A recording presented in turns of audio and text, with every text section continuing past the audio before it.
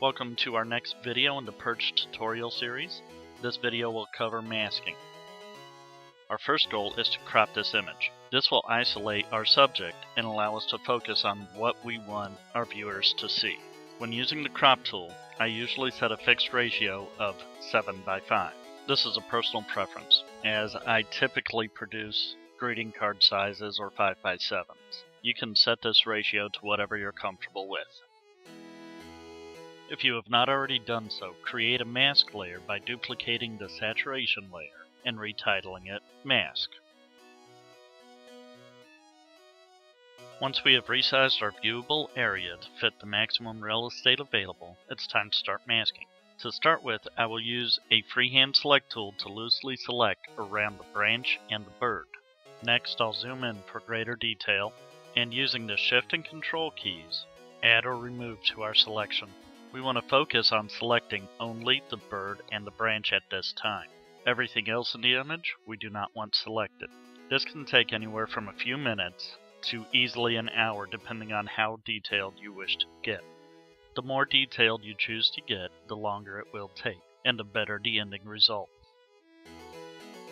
Because a mask is black and white, we want to use our Bucket Fill tool to fill in our entire selection white.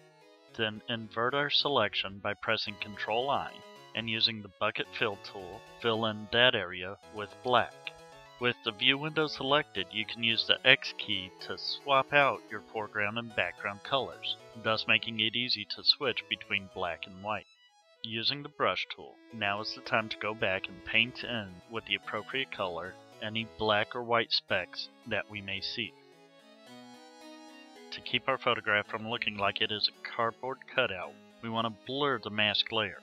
Duplicate our mask layer, then go to Filter, Blur, Gaussian Blur, and typically I set this to where it's a very subtle blur.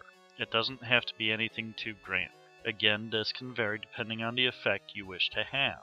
Once you have the setting you desire, go ahead and hit OK. Okay, now we're going to copy our new layer mask and apply it to a duplicate of the saturated layer. Once we have our saturated layer duplicated, right-click on it and select Add Layer Mask. Then use Ctrl-V or Edit Paste to place the copy of our blurred mask onto it.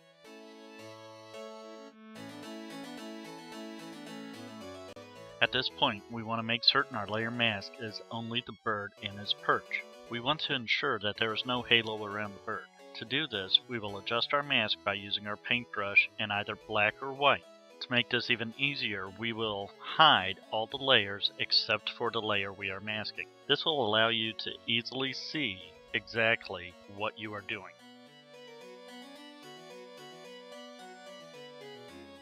Reshow our original layer and move it up to right below our masked layer. What I chose to do here is keep that original background layer. I want to blur it to soften it, using Gaussian Blur and a setting of 15. Okay, the background layer looks good at this point, but it's a little bit bright and washed out. To compensate for this, I'm going to darken it. The way to darken this layer is to create a new layer right above the background image, fill it in with black, and set the mode to overlay.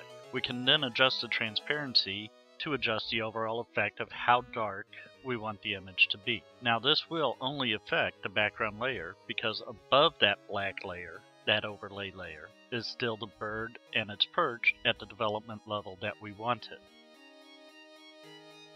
Now you can see that we have gone from something relatively plain at the very beginning to something rather stunning at this point.